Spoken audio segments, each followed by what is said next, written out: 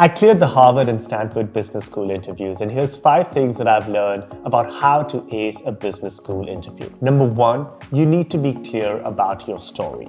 Know your story inside out. Know the why behind your decisions. Know every line item in your resume, even the latter part where you may not have focused as much.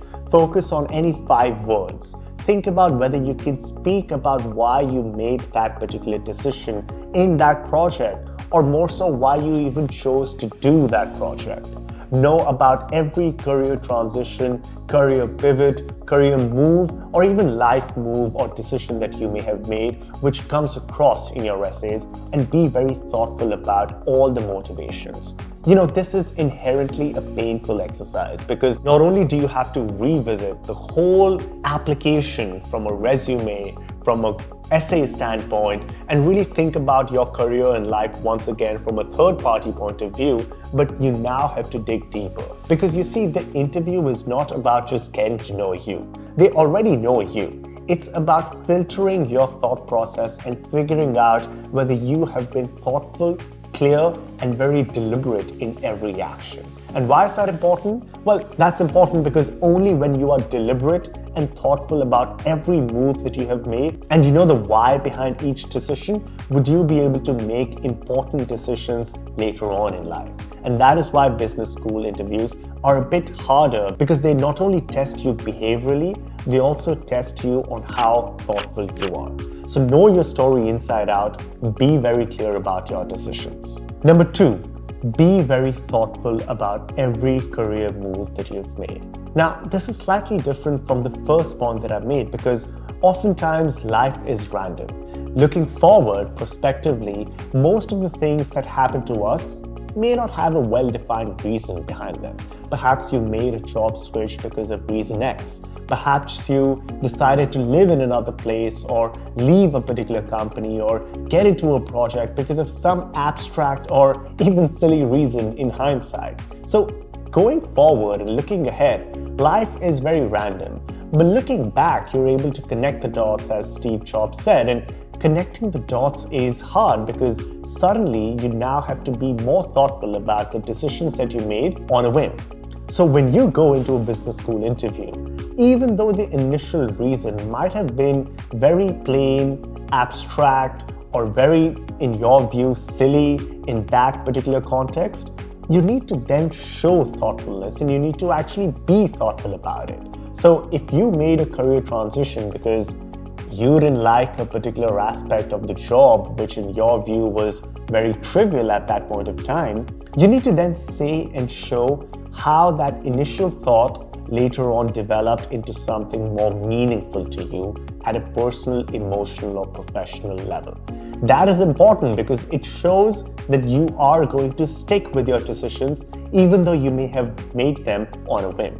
And that is something that business school people do look for because that shows and demonstrates a high level of conviction. So be very thoughtful about every move that you have made, even though initially it might have been out of some reason that you consider as not important. The third way to really ace these interviews is to realize that an interview is not an inherently unequal power dynamic setting where you are the interviewee and the other person is the interviewer.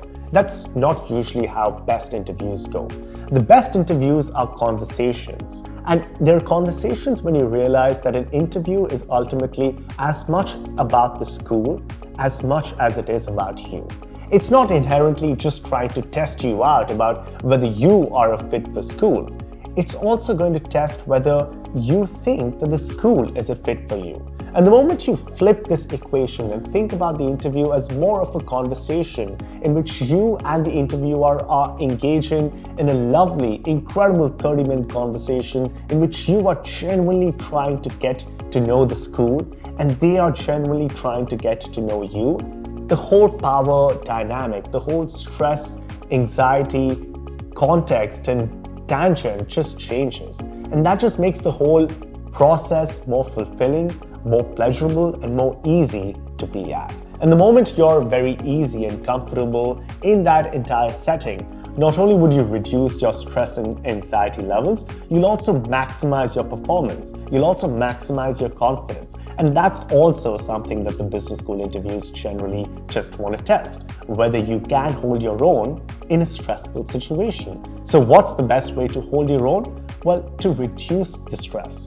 to reduce the unnecessary anxiety that comes inherently in an interview format in which you are just on an unequal power footing. And to realize that you're not actually in an unequal power footing would help you prepare and bring out the best in you.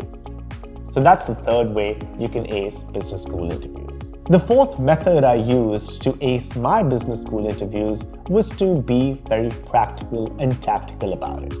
I did a bunch of mock interviews, took a lot of help from a lot of mentors, people, guides, friends, and family members, recorded myself on audio and video, listened to each and every answer that I was making, really practiced and was very thorough and diligent about what it is exactly that I spoke and how exactly it was coming. I even used artificial intelligence in which I just fed in all my essays into ChatGPT and really prompt engineered the whole conversation for it to come out with questions like, why did you make that transition? Or could you talk a bit about why you did X and Y and Z? And when you do something like that, it forces you to think and double down and even triple down on each of your motivations at 2 and 3 levels. And the reason this is important is not because this is going to be tested in the interview. Most likely, all the questions that you actually practice or are really confident about are not going to be asked of you in the interview. For me as well, nothing of that happened in my Harvard or Stanford interviews. In fact, those were just very natural conversations about something that I hadn't even prepared. So why am I saying this? Well, I'm saying this because the point of preparing for an interview is not so that you can be prepared for every question that they ask, but it's for you to develop that thoughtfulness, that reflectiveness, that ability to be authentic and genuine and deep about your story so that no matter what question they ask you, and that might not be something that you may have prepared for, you're able to have a conversation with them about that particular topic. And that is important because an interview is not going to test whether you have prepared for that particular question. The interview is going to test how you're able to think about that question. And how you're able to think about a particular question is only a function of how you can think about other questions. So think about the questions that you generate, think about the feedback that you get from friends and family as not something that is going to be tested on the interview, but as something that is a proxy for how well and deep you're thinking. And that is super important for acing these business school interviews. The last thing that I would recommend, the fifth tip, is to really go after personality tests and over-indexing on the feedback of any and every kind that you get from friends and family. What I did was that I took 3 personality tests. I really tried to articulate what it is that are my core strengths, my core weaknesses, my core opportunities for potential growth in my career or personal life. And that is something that will give you a lot of clarity in terms of how you can optimize for your own well-being,